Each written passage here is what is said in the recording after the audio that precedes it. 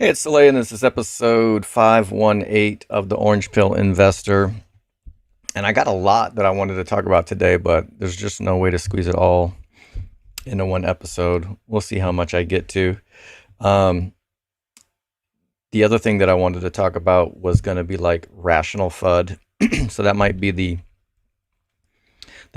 title for tomorrow's. It's kind of funny how engagement on X works because I posted what I thought was just going to be something that everyone would scroll past, which was my breakfast.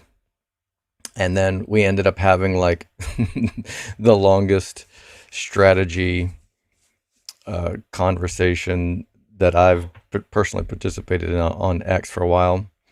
So that was kind of funny. Um,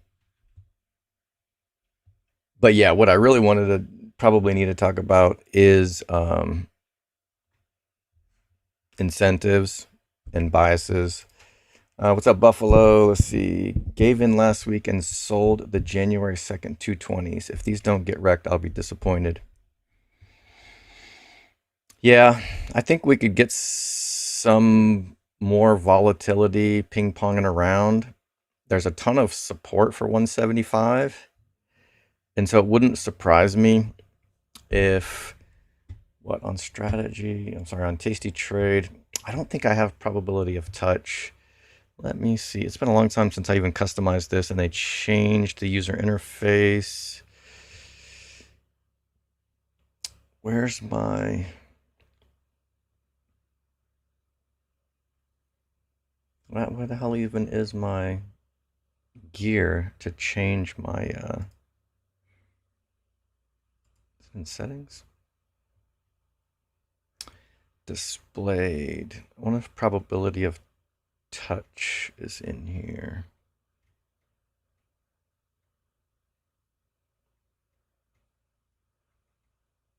There we go. Let's see if this changes anything. That should be in here. Oh, I added it to the wrong thing.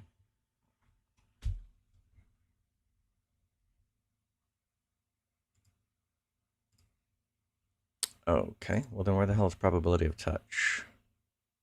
Oh, it's probably in, here we go. Okay, so it's out to the second page now. Let me see, do I have anything close to the 220s? I've got 235s.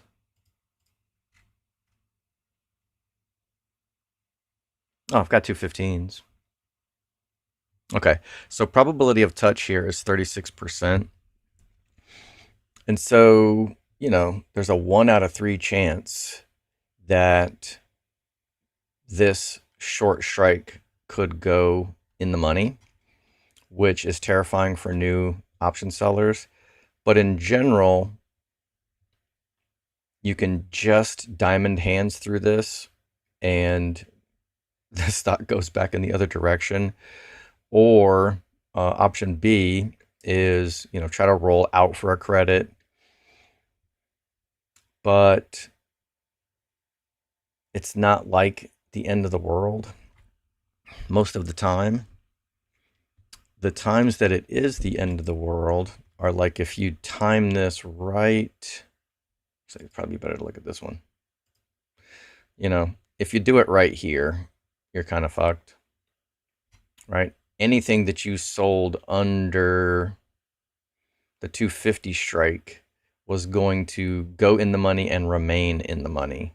There was no way to roll to a safe strike. Now, eventually, if you just kept rolling to 250, 250, 250, then you'd end up being fine, but that would take September. Shit, that would take 5 months. So there is like the theory of roll until you're right that you can try to get away with. And hell, even I guess if you actually rolled, sorry, let's see. If you sold the 175s in September of 2024 and you just kept rolling, you'd eventually be right. And you'd be fine. Your 175s are safe again. So that's kind of if it wasn't depressing, that would be fucking hilarious. But yeah, you should definitely expect to get wrecked in some ratio, and that probability of touch is just, it's run through some kind of equation. So that's just predictions. It's not necessarily going to be accurate, but done over thousands, hundreds of thousands of iterations, it's probably pretty close enough for government work. But my point was,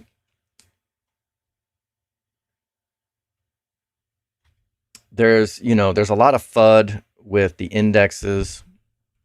I think the market has figured out that we're not getting S&P 500 inclusion. So there's tons of anti-catalysts, and some of that FUD is manufactured, but some of it is real. Like S&P 500 inclusion is not happening anytime soon. If the ratings agencies come out and give them a boost to, I don't know, I can't remember what the lowest rating is that of anyone that's ever gotten to the S&P 500. Probably like triple B-ish. So if you see S&P ratings hike to like triple B or above, definitely the A's, I would probably count that as a pretty nice indicator that they're capitulating and strategy would be getting the green light for S&P 500. So until that happens, like S&P 500 is an anti-catalyst, I suppose, because we all thought we were getting it and now we ain't getting it. And now they're even threatening to delist them, or, I don't know if that's even the right word, but kick them out of some of the other indexes. And whether they do or they don't doesn't matter short term, because the market's feeling it. The market's probably pricing some of those things in. But my main concern is really the knots versus core debate. I was pretty cautiously optimistic about getting a solution by February. That was what I thought the original target date was for user activated soft fork. It looks like that's not going to be able to get done for sure before September, which makes me extremely nervous about Bitcoin's black swan threats. So if someone sneaks some CSAM on the blockchain, I don't think it's necessarily existential like some folks do. I think we'll probably figure it out. Either the emergency activated fork will allow us to build on actually look like the shorter chain and turn it into the longer chain, which would be the clean chain. It would be a bad look, and it would probably be a temporary repricing event for Bitcoin. And so until that gets resolved, I'm kind of terrified to be adding leaps here. If my time horizon is 4, 5, 10 years, then every dip is a buy, in my opinion. But like I've got a bunch of these.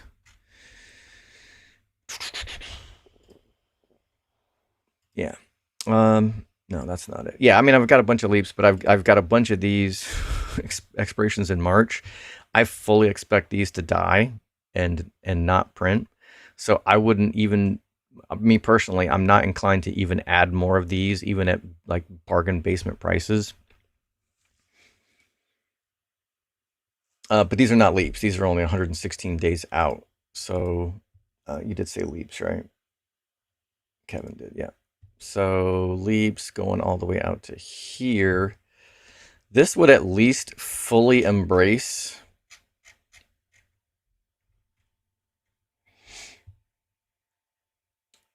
the midterms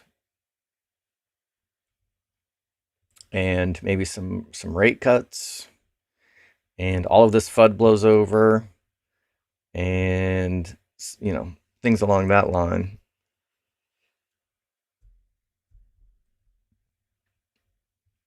But the Knott's Core thing has still got me very anxious. So even buying like some 400s for 1600, or the good old 1080s for pretty cheap. This was my exact thesis in 2025, and none of it worked. The September 1080s printed if you got a good entry price.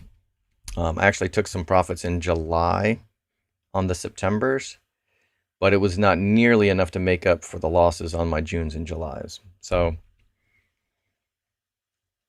I mean, it's a hell of a lot better of an entry price than when we were trading at 400. So, like, that's kind of obvious. But does it mean that we can't see 125 again? Absolutely not. There's no reason whatsoever why that can't happen. And sometimes these euphoric pumps, I mean, retrace 75%, which would be like 500 retracing down to 125, right? Like that shit's in the cards. Bitcoin.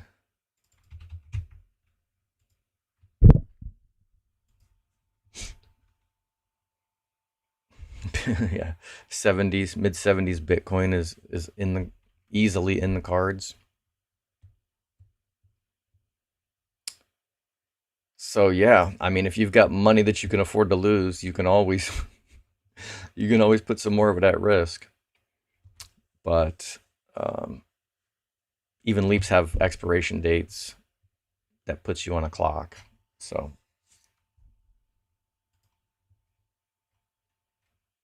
I'm not really ready. I'm kind of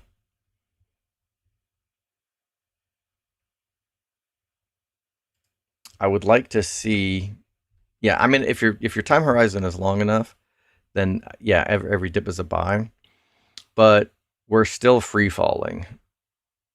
Like it would be nice to see. So this was our 500 down to whatever 240, right? So, if you thought this was the bottom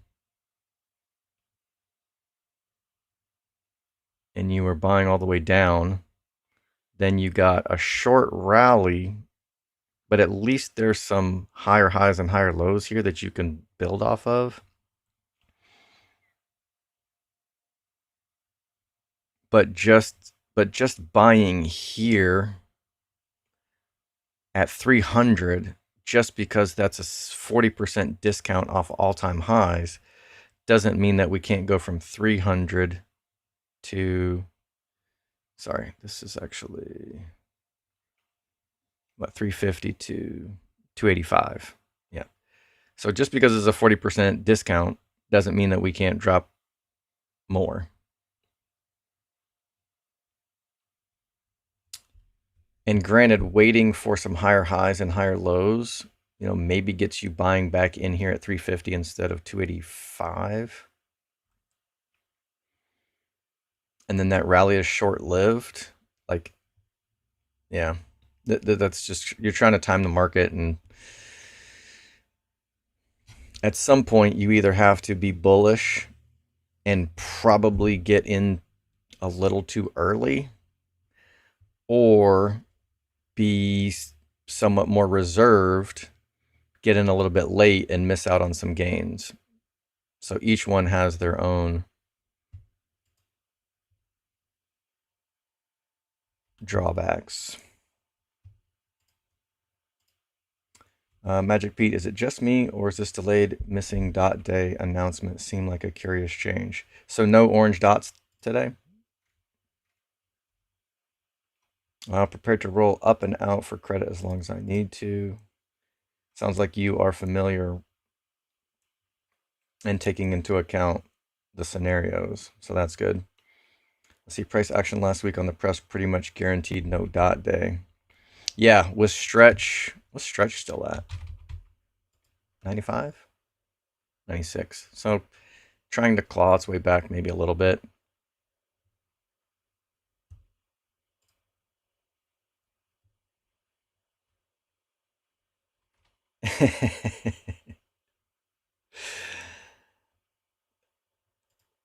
Did you put that into a Patois translator? Wagwan Swale Janyati brethren.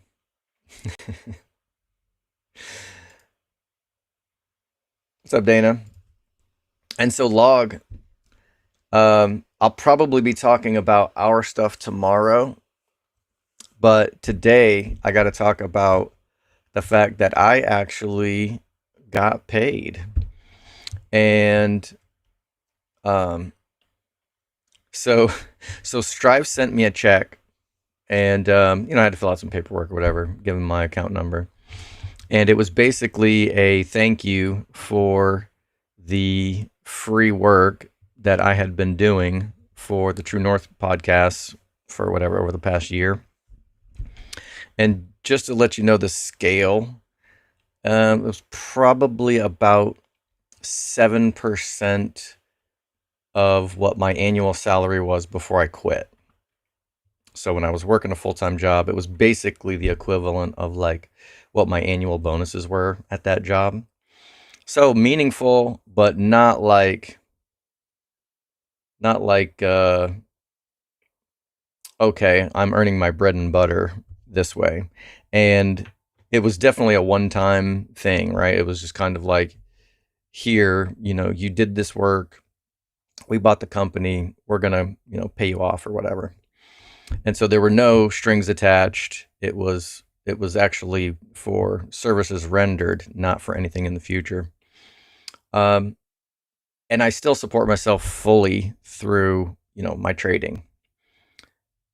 So I'm just gonna list off the reasons why, that is, could be considered a conflict of interest, but kind of keep it in context about how important it really is.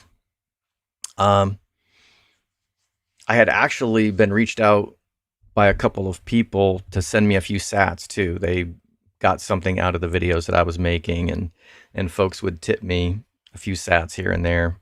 That was probably all in 2024. I probably didn't earn any sats in 2025. I think that's reasonable.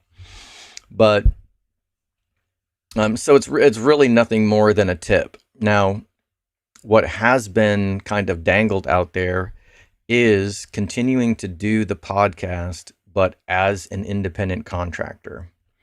So not on the payroll. And I was assured that we would be able to just proceed status quo, give impartial opinions. Now, whether that is true remains to be seen. Like if I came out and said something horrible about strategy or Strive, would my independent contract, not be renewed or whatever? But have not, even seen any official contract. So basically still just been doing all of the episodes for free with no expectation. And if something comes of it, great. If not, hopefully I would be able to remain as unbiased as possible.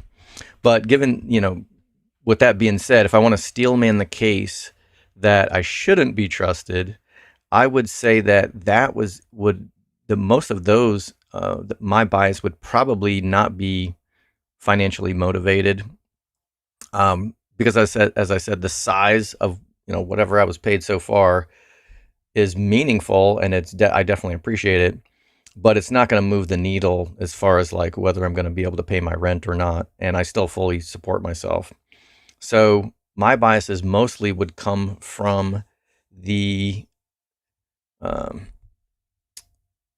the perks of actually being in the group, right? So I have started to form, friendships with these people. It's a lot of fun doing the show. And so really, if Strive wanted to manipulate me, they would be able to to do that, much more with the threat of actually just being kicked off the show in general. Now, I got my own show, so I can keep that moving, but there's a lot less eyeballs on my individual show than, of course, the True North eyes. And if you look back at history, um, ancient history, the worst thing that you could do to a person wasn't death, wasn't even executing them. It was banishment, because you're still alive, but you are removed from friends and family support structures. You're just out on your own in the fucking wilderness fighting off saber-toothed tigers and shit.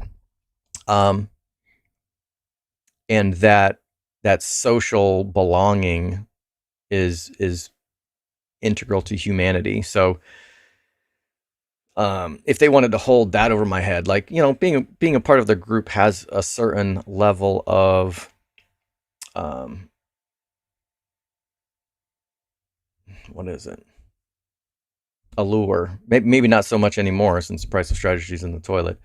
But when we first started the group, there were people messaging like, "Hey, I've got tons and tons of strategy bags. Can I be on the show?" It was like, okay, they were trying to, almost kind of like trying to buy their way on the show with their portfolio size, or like how many shares of strategy they had. So there's definitely a little bit of social payment, I suppose, for being included. And that would probably, I think, be my main source of bias that you should be suspicious of, right? Like, if I start fudding, now I'm disrupting group cohesion and synchronicity and all of that good shit. So, but, being a Bitcoiner first, I'm hoping that I can navigate that. And if the independent contractor thing never comes through, I guess I'll just be working for strategy for free. Just like the people who update the Wikipedia fucking pages and don't get paid, and somebody else gets the money. I can't imagine Strive is making any money off of True North yet. True North made some money. Like, we were only cash flow positive. Like, I guess on paper we were cash flow positive because we made a little bit of money at the True North event. And then we were kind of figuring like, oh, where can we go? How much can we charge for events and whatnot? So there is a path to like actually making some money or whatever. And then the number of eyeballs that we get on the True North site in the live streams, there's got to be some opportunities to get ad revenue. There's just the number of eyeballs, number one, but the net worth of the eyeballs is probably just as big of a factor. So, if you start seeing sponsors scrolling across the screen or whatever, don't be surprised. That's probably inevitable at some point. It's nice to have a social media arm, but it's also nice for every element of a company to be self-sufficient. I think, is that an Elon thing where, I can't remember if that's an Elon thing. Anyway, there's parts of the company that are just drags, and you want every aspect of the company to be self-sufficient, and like, you don't want certain departments being cash flow negative and basically subsidizing other departments like welfare. Yeah, we haven't had like solid conversations on those, but I don't know. That shit has to be part of the future. So really, I think my biases would be more tribal than monetary, but incentives are basically everything in life. So those are mine. And I think for the most part, though, my number one incentive is like, I've felt the pain of the shill accusation. It's not fun when the price is tanking and you're getting called names or whatever. But it feels really good when strategies pump to 500 and people are DMing you, um, paid off my house and thanks for all you do and all that shit. But it does kind of suck when the chart looks like this. And those, not only are those DMs not coming through, but it kind of gets a little hostile. And so I think my number one priority, though, is to just be honest with how I see it. And hopefully that, because so large a percentage of my portfolio is in strategy, that I don't treat this like a sunk cost fallacy or revenge betting. My thesis really hasn't changed, which has always been Bitcoin is disrupting and it's the clear winner. And then the parallel to that is strategy is disrupting and the clear winner. But there are some rational FUD arguments out there, and every bull should, as a rule, be creating their own bear FUD arguments, right? You should always be steel manning the other side and figuring out what your falsification criteria are, right? I'm going to put some money in this company, and if the management decides to do A, B, and C, then I'm out. I'm heading for the door because that's not going to be good for the price or whatever. So yeah, they offered me a tip. I took the monies, and so now my legacy is forever tainted, and I'll never be able to show myself in public again. But yeah, and I'll definitely update if I ever do sign an agreement and become an independent contractor for Strive, which is what I think the future holds.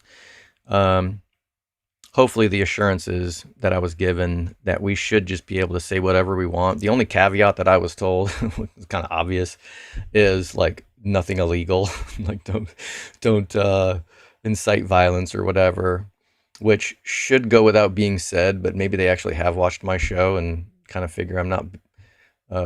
If anybody needs that warning, it might be me. So, all right. With that being said, let's check the comments, and then there's definitely gonna be some trades. I think I got to sign some shares. So, yeah, me and Log had a very good discussion, and I think. And this is what I was going to be talking about tomorrow, but I'll just say this much, at least for now. I think most of Log's fuddish opinions are at least like reasonable or rational to talk about. And then what was the other guy? Nan? It was like Nan or Tan. I can't remember the other guy who chimed in a bit. He actually did some research, and there was some. There was a chart that showed the decreasing rolling 4-year CAGR, which I didn't even really know was a thing. But if you draw that channel, it's a little bit more of a bearish forecast of Bitcoin's CAGR. In general, when I model anything out, I generally do like, let's just say for 30 years, approximately, a decreasing CAGR down to like 20%. So 2045 or whatever, 2045, 2050, maybe Bitcoin's CAGR is down to 20. But looking at his chart, I was like, holy shit, that seems really fucking bearish. And so his models were like, it was kind of like modeling strategies, performance, if the prefs are paying 15%, but Bitcoin's only going up 12. So I was a little bit confused by that. That seemed pretty conservative. But regardless of whether they're accurate, they're at least reasonable arguments, I think, some of them. Some of the other arguments are clearly FUD like, okay, Ponzi, um, I don't know. Ponzi is the first one that comes to mind, but just things like that. I think it's easy to just dismiss out of hand. They're not even reasonable. But yeah, I will at least admit that the stuff that Log has been arguing is it's it's worthy of entertaining. Let's see, that's fair. Pretty cool that you're transparent about it. I don't see any issue with getting paid, but I think addressing potential biases, not suggest you personally hold any, is very legitimate. Thanks for that. Let's see, you can spill the beans now. Let's see, did you see Dan's post about the issues with the Bitcoin treasury companies as vehicles for insider monetization? No, I did not. And it's crazy because there's so much information. Like, there was a time when I had watched every single one of Tim's podcasts.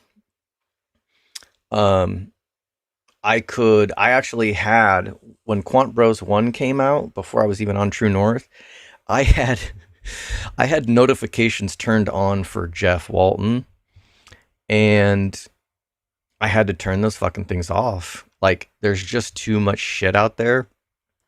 And yeah, I just can't keep up. Like, even watching, like, I watch podcasts at 2x, and I'm like, I gotta get those numbers up to like 2.5 or something, because I just can't consume enough content to stay up on everything. Yeah, so I haven't seen that, but I'll try to go look for it. Let's see, excommunicated plus banished to the wilderness with that rascal Log. Yeah, yeah, that's the scary part. We'd have fun out there, to be honest. It is exciting. So yeah, if I end up out on my own, I mean, this is episode 5118, 518. So I was doing this before True North. If I get banished to the wilderness, I'll be on episode 1080 at some point. I should start planning that now. Sailor had the 100K yacht party. I got to plan something for the 1080 episode party. That'll be cool. I got some time to do it. Year and a half. Strategy's price might not actually suck by then. Let's see. Hey guys, I'm Chalet, and this is episode 544 of the Orange Pill Investor. Oh man, that's my hook. That is my hook from now on. That's fucking awesome. Peter Pan says, big fan of Ryan. Okay, I think. Okay, let me know if I'm reading. But explain that if there's more meaning to that. I think I'm reading between the lines for something. If you say it and I got it right, I'll let you know. All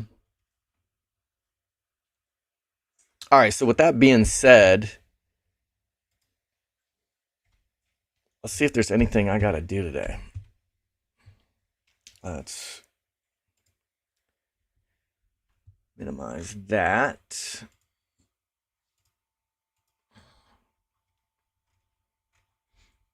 I'm pretty certain. So this is already kind of like ready to roll. Weren't we trading at 175 when I made this trade on Friday? So that's the weird thing too. I could never get a straight answer, even as long as I've been doing this, if Saturday and Sunday theta counts as one day, because Friday to Monday is one trading day, or whether, hold on, my dog is, come on, up. Oh, he's whining at me about something.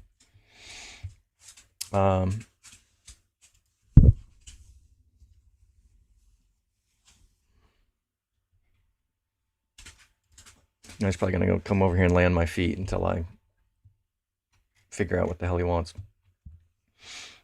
I could never figure out for sure if Friday to Monday is one day of theta or counts as 3 days of theta.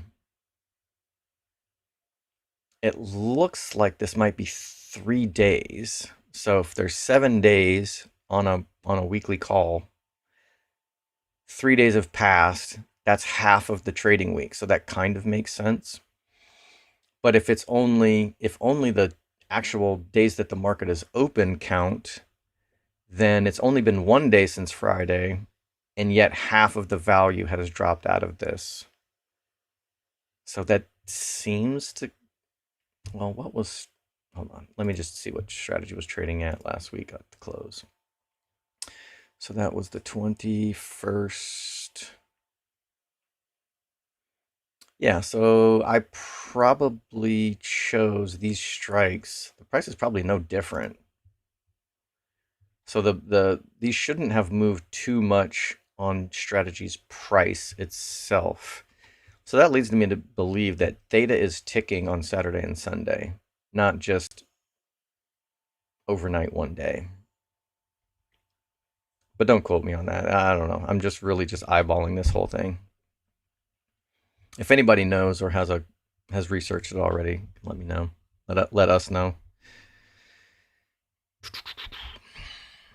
So let's see if I roll this down. No, so it's already at the expected move. There's nowhere to roll this, even for a credit. So I'm just going to let this, like a super tiny credit. Yeah, this isn't worth doing anything with. All right, so nothing to see here. So this is the one that I wanted to roll last week because it was already below $4, but there was really nowhere to roll it. And I still don't think, yeah, see the 45-day expirations for January 9th are still not available. They probably won't be available until Wednesday or Thursday, unfortunately. There's a weird, the release dates on these are kind of weird. So you can see that, W's are weekly, the no W's are monthly, right? So the monthlies are all populated. But you can also see there's January, February, March, April, May, June, July, August, September. At some point, they'll skip. So there's October is also not populated. So not even all of the monthlies are populated. And there's a schedule. Every stock has a different schedule. So then we got December, January, and then everything between January and June is missing. Everything between June and September is missing. And they populate these when it's necessary. I don't know. The only thing that it makes me think about is like you're playing a video game and you're only going to render the 3-dimensional images that are within sight, and like, just to make it less work on you, right? If they populated these, then they'd have to be constantly, the market makers would be constantly adjusting and tweaking. It's probably all an algorithm anyway, so maybe it's not even that much work. But long story short, they fill in the months that are missing, and then within the months that are missing, at some point they fill in the weeks that are missing, but they still haven't filled in January 9th. So I always target 45 days to expiration when I'm selling options, but that entire week is not even available. So I could roll, let's just look at it. So if I want to roll, normally I would like to roll my expiration to January 9th to get an extra week. But my only option really here is to roll the strikes down, maybe to the expected move. This is a reasonable credit here. So I would normally just smash. However, you can do that when you're selling. You can sell any strike you want when you're selling covered calls against shares. You can't do that with a poor man's covered call because the strike and value of the long call determines what strikes are safe to sell. And to get me into the ballpark, it's basically going to be 200 plus 30. So I should sell the 230, maybe the 225 if I want to be real aggressive. Oops.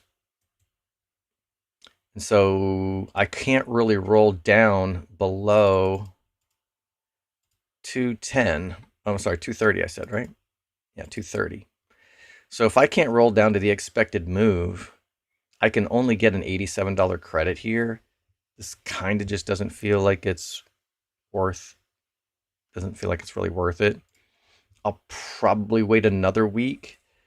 the January 9ths will be available, but then I'll just skip the 9th and go straight to the 16th.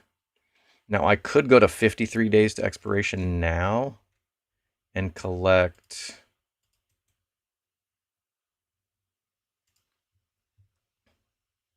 Let's say 230, right? So this would be a meaningful credit. And going out to 53 days is not terrible. The liquidity on the monthlies is probably going to be a little bit better than the weeklies anyway.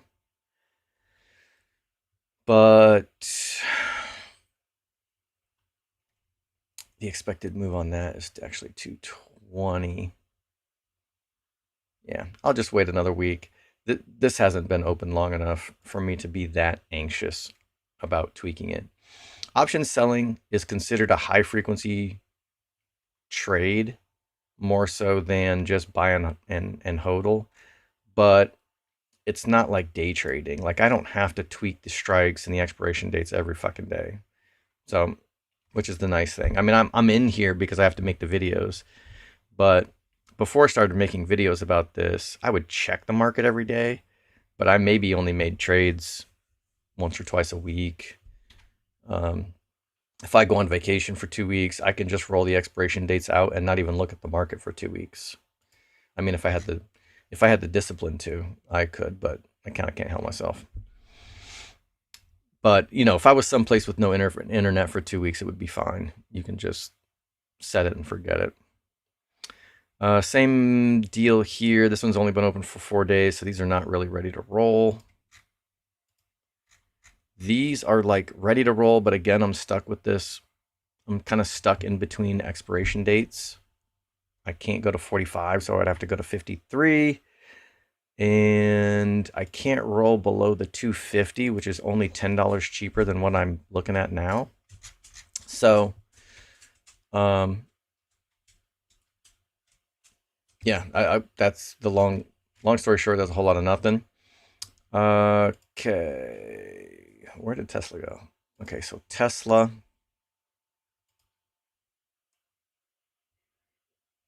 Oh, that's right. I had covered. Did this expire? Did I not roll my? Did I not roll my covered call on Tesla? Look at my activity here. This is this account.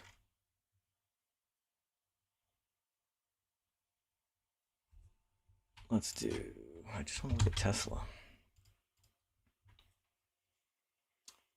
No. 7 days.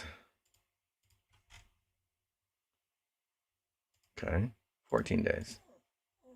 This doesn't make any sense because I clearly had covered calls on this position last week. Now I got to go and watch my own stupid ass show.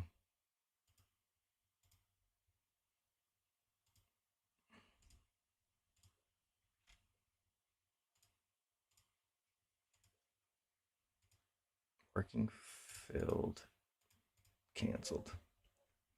All right, that doesn't make any sense. I don't like it. The important part is there's no covered call in here, but there needs to be one. Oh, no. Okay, that's my bad. I still don't know why the cash secured put is not coming up in my activity, but I think I got assigned shares. Yeah, that makes more sense. This was I think I sold a cash secured put in Tesla. Yep, that's exactly what it was. I had sold the 417.50 strike. The price ended up being below 417 on Friday. I got assigned 100 shares, so now I'm the proud owner of 100 shares of Tesla. That cash secured put should have shown up in my activity, though, so that's still annoying me. But at least I remember what the hell I was doing. And things like this, when you can't even remember why something is in your portfolio, could mean that you have too many positions and you're not able to keep up with it. When shit like this starts to happen, it's like, okay, what can I prune from my portfolio? Not like in a profit taking mentality, but just there's just too much here for me to keep track of and maintain. It is kind of nice that Tasty Trade lets you put things into accounts, and then you can do groupings. You can group things to help you remember. But even if I had put that cash secured put in a group called cash secured puts, that group wouldn't exist anymore, and I don't know if it would have transferred it to the shares that I now own. So this is actually kind of cool because Tesla was trading at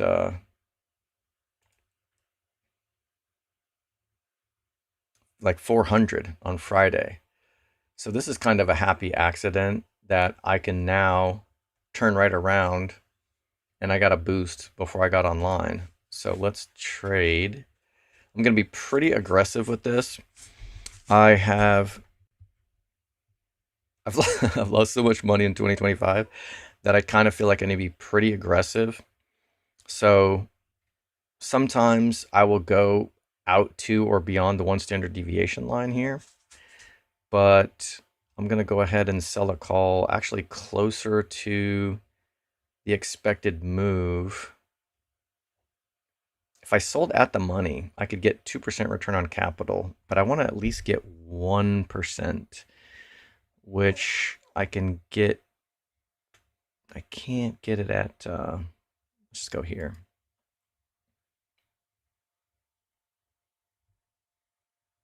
I wish I could get, how come it's so much less at the 432 strike? It's only one strike down.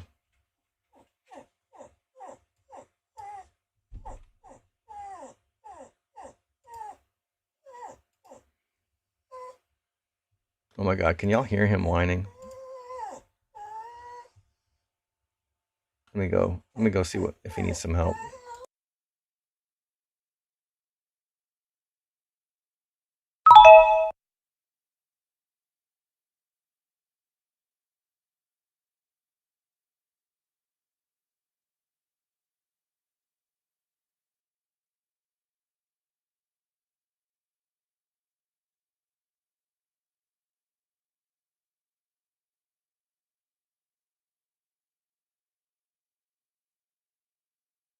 All right, some co-host he is wanted me to let him out, so I got to do the rest of the show solo.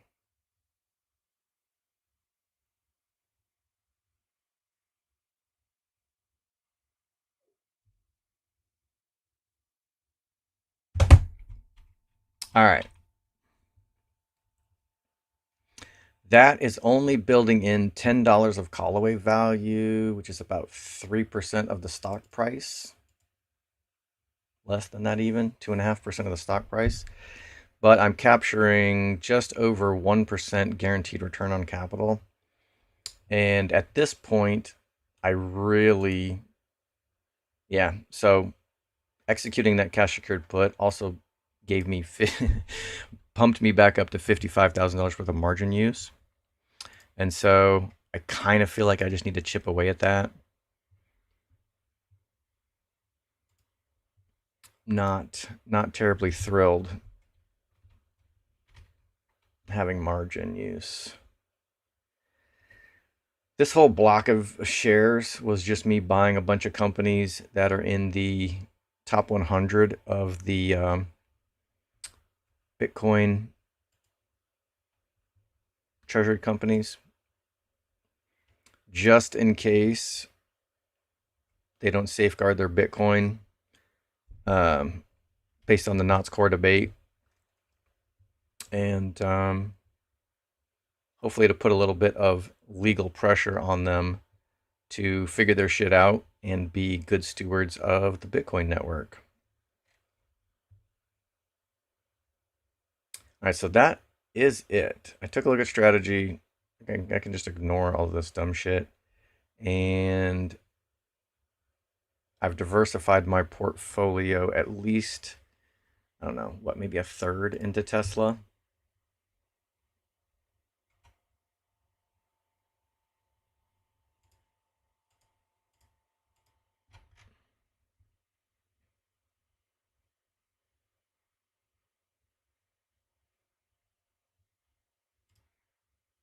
See, each day counts, trading day or not.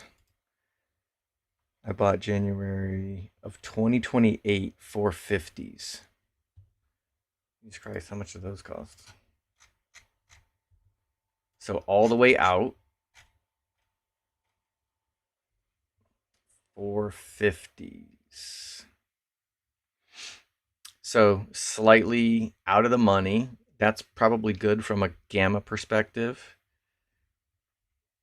The gamma curve is probably what, 10-20% out of the money, and you capture most of that if this goes 10 to 20% in the money. So if we get to like 500 or something, you'd capture a bunch of gamma with that one. I wish us all luck. Yeah, thanks for the reminder. Let's see, I'm waiting with my bag for deployment, hoping for a run up to 100K again, and then a pull back to the 70s. Oh, really? Huh. So we get a nice fake rally, and then it dumps to 70. It's not, I mean, Bitcoin can do whatever the hell it wants. So it's definitely not out of the realm of possibility. All right, the IRA. Let's just start at the top. So this one's going against me, which is nice. Nothing to do but sit and wait.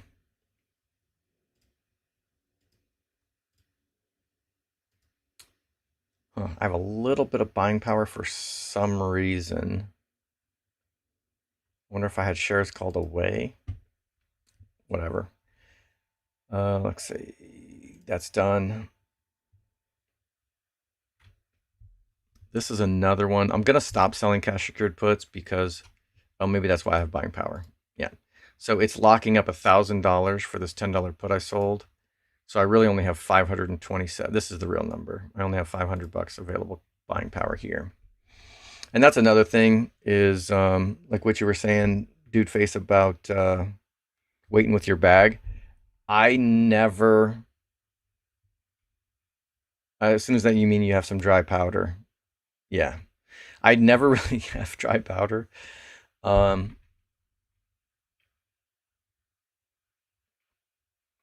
kind of just assume that cash is a melting ice cube, and I feel like I should be invested in something at all times. Maybe Stretch is at least the new dry powder. Okay, so I've got 2 covered calls, but I got assigned 500 more shares. Luckily, it didn't dump too hard. My cost basis looks like 1193 minus probably like whatever premiums I got paid, probably close to 1150 maybe. But regardless, this gives me, oh shit, and the 2 covered calls I saw last week are already in the money. That's hilarious. So I can sell 5 more, and you'll notice that I don't really, I've got delta and, in here, but I don't say, okay, let me look for the 0.3 delta or sell the 0.2. I know Hermes Lux likes the 0.1 deltas for strategy, and they're all fine. I can't find anything wrong with any of them. But what I generally try to do is maximize the call away value plus the guaranteed premium, and that forms a kind of max potential profit. So I could sell the 11.5 at the money. There's almost, I guess there'd be 50 cents of call away value here, but very little call away value. And that call away value would be identical to the guaranteed premium, right? I'd collect about 45 cents in premium, and there would be about a 45 cent potential call away value. So if this did run up to $20 a share, mine would get called away at 11.50. I'd get to keep the $50 premium, plus I'd get the $50 in appreciation from 11 to 1150, closer to 40.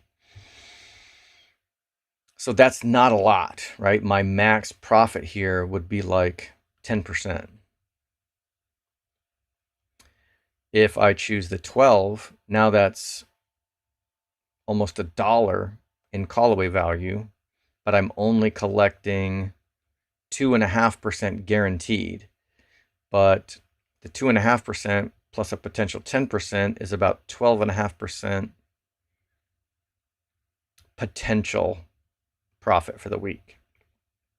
If I go up to 1250, I'm only capturing 1.5% guarantee, but now I'm at like 15% potential callaway value plus the 1%. So now that's a 16% potential. And then at some point, though, like the premiums collected become kind of meaningless, right? Like anything above 14 is just like nothing here. So at some point, yeah, there's a ton of callaway value here, but I pay $1 per contract. So I'm not going to sell a covered call for $1, pay Tasty Trade $1. So at some point, the premiums, you have to have some kind of floor that you won't accept premiums lower than. And in general, I don't know if it's a coincidence or whatever, but in general, it ends up being somewhere between the expected move and like one standard deviation is kind of where I end up landing. So that ends up being like the 0.3, 0.2 deltas most of the time. But a long time ago, I stopped looking at delta as a reference. It's almost kind of like training wheels. And then once you get used to it, you just kind of like I just kind of look at this and I automatically know I'm going to sell the 12 or the 12.5.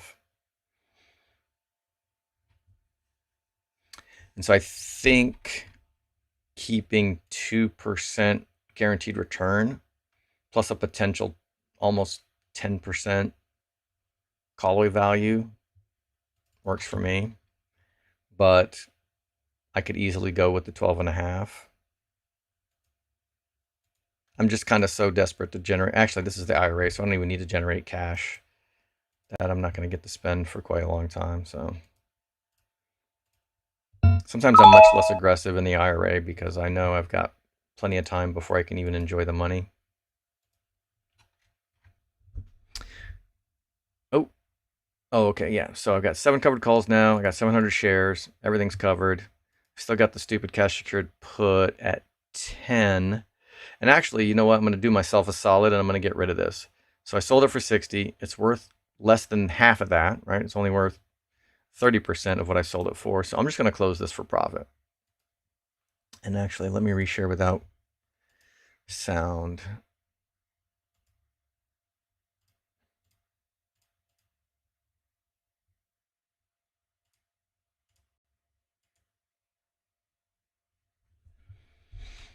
All right, that's going to actually give me the 1,500 bucks of buying power. And so now, I know I was saying that I was trying to remove positions, but Cypher and Iron are the two plays that some of my homies mentioned that are also AI plays in addition to mining. So I'm just going to go ahead and, oh, I can't buy 100 shares. I don't have enough. I do. Ooh, I don't. So, damn, I gotta sell it. I gotta turn around and sell a cash secured put again. Annoying.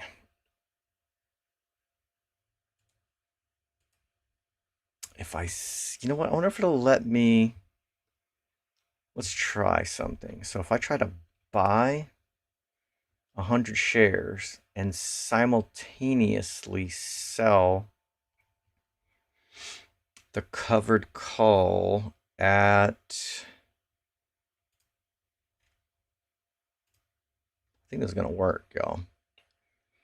And if I turn around and try to sell like just the aggressive 17 strike, my debit would be under 16, and I can, boom. Yeah, boy. Okay, there's no callaway call away value built into this position. It's just a very aggressive steal premium play. Cypher could go to $25 a share. I won't benefit from that. But I'm putting up $1,600 in collateral and I'm collecting $80, which is 5% return on capital for 1 week. That's pretty fucking insane, if I do say so myself. So, like 5%, like these premiums don't last forever. Ivy rank is only 31, and it's kind of crazy. So these premiums are not guaranteed. They don't last forever. You can't just be like, oh, I'm going to make 5% a week, 250% returns every year forever. So when I can snatch them, I'm kind of happy to do so.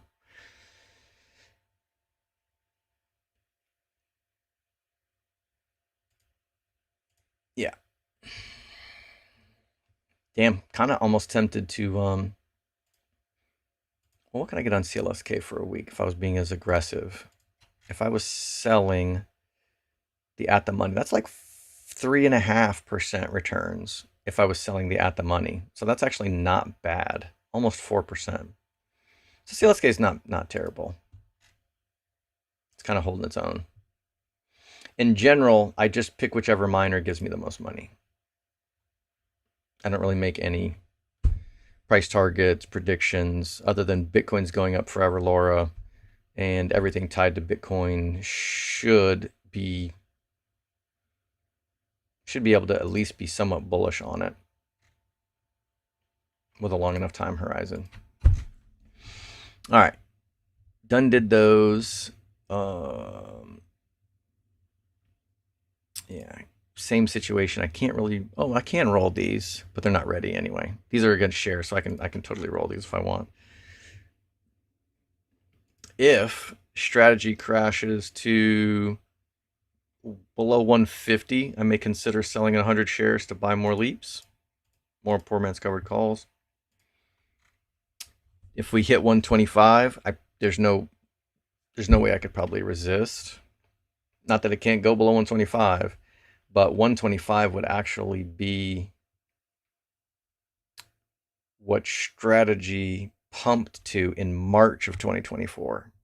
So I gotta believe that there's a ton of support at 175, but even more support at 125. So we could absolutely go lower. And my version of dry powder is just shares that don't expire.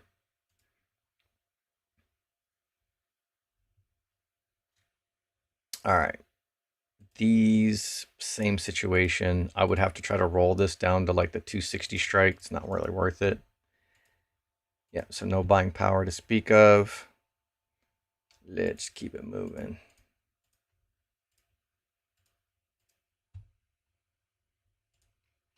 Let's see, Doofy says we could build support at 80K and just chop either way. I think this continues in some form till summer. Narrative leads the market. My bag is mainly in stretch, so I'm a little risk on. Exactly. Yeah, makes sense. All right, so I had already added some Cypher to this position, which worked out. The market's gods apparently smiled on me with these positions. They've been taking a dump on my strategy positions all year, but at least with a couple of these miners. So it looks like my cost basis was 1450 because Cypher was trading under that on Friday. But I wake up this morning and I've already made 10% on that. So that's kind of cool. I'll have to sacrifice a goat or a chicken or something later to pay them back. All right, same situation here, except, should I be greedy? Let's go to the let's collect, I don't know, at least like the 18 strike. So 10% of this, 10% call away would be $1.60 plus the current price. That's 18.50, which is the expected move. And I can still collect 2% return on capital at the expected move with 10% call away built in. So that makes sense to me.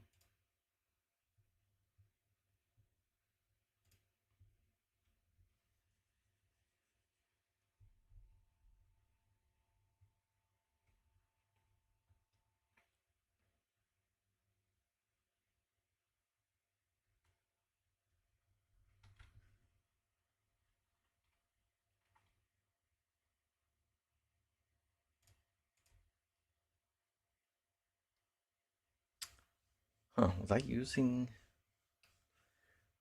margin before I collected that? I don't know.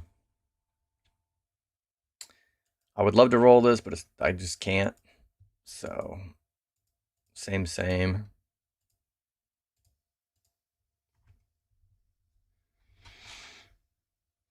I've got positions all over the frickin' place. This is getting to be a little bit of a pain in the ass.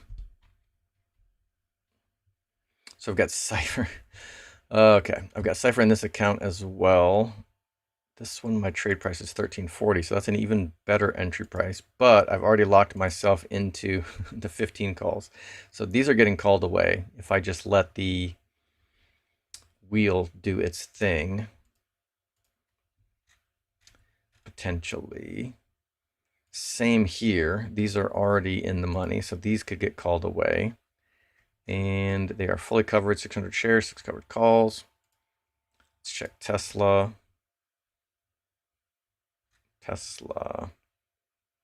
Yeah, I'm already locked into these. And strategy. Down to 100 shares in this account. A bunch of worthless calls. Oh yeah, this is the account. I added even more strategies. So I got a put call spread in here. This one went against me big time. And in general, this is the same scenario. So I sold this. I can't even remember what okay, so it was sold it between the difference between these two, which is $1.38. I think I sold it for $1.38. So I would want to roll this when it's worth about 70, and it's still worth about $1.38, I think. Let's see, close position. T-Shirt's got a nice little helpful button here. Close at 50% profit. So that would be me trying to collect it at 69, and it's currently worth 68. Excuse me. Yeah, 69. It's currently worth 69, and oh my God.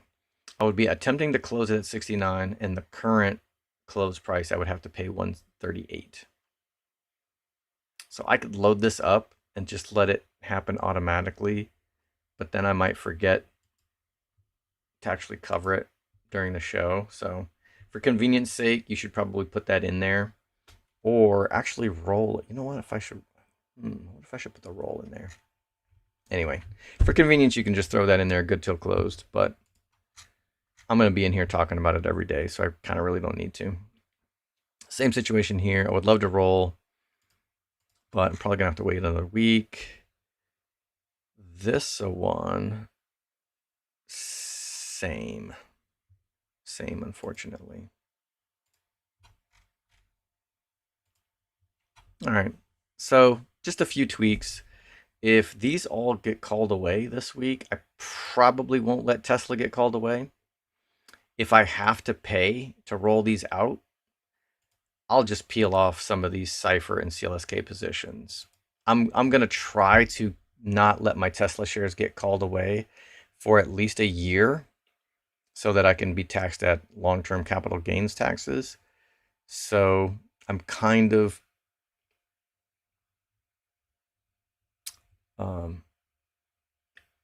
handcuffing myself to step 2 of the wheel with respect to Tesla. CLSK and Cypher, don't give a shit. If I have to, cycle between step 1 and step 2 of the wheels, cash secured put, covered call, cash secured put, covered call, totally fine with that. But I see my Tesla and my strategy positions more long term than just premium generators like the miners.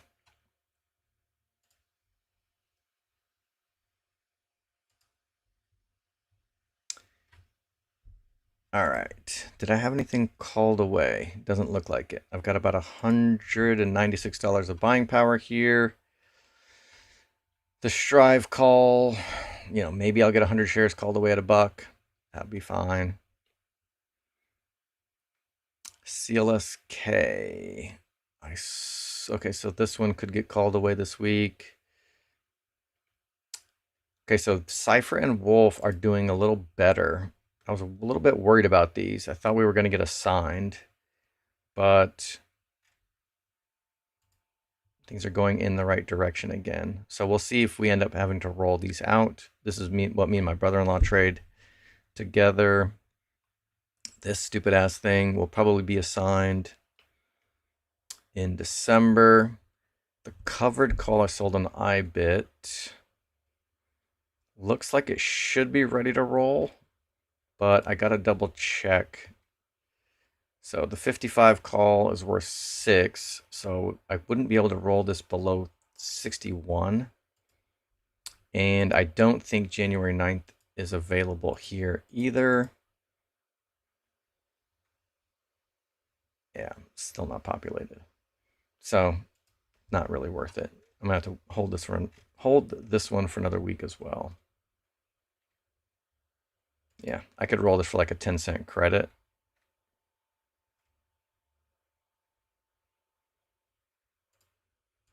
Not worth it.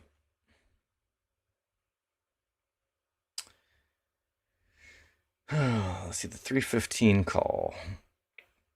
Yeah, I'm in the same predicament here. These long calls have absolutely disintegrated the value of this account. The only thing that's keeping me afloat are these fucking mining stocks, which is painful to admit. I did sell a put credit spread here as well. This one is in danger. So this one already, like the probability of touch on this one happened like almost immediately. I think we were at 200 when I sold this and it just cratered 10% within the next week. So we'll see if I end up losing my collateral here or if in a couple of weeks I'll be able to roll it out for break even or credit. See, I've got 100 shares of CLSK and one covered call. And yeah, that should do it. So nothing really to do here. And so wasn't able to generate any more buying power, so there's no extra positions that I can take here. Just sitting and waiting, because I think I put this on. Yeah, I put this on Friday.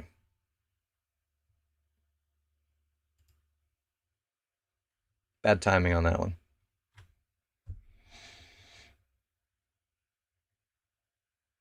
All right, cool. That is it. Let's check the chats. Yeah, we're all caught up. Appreciate everybody for tuning in. Stay tuned for more shill.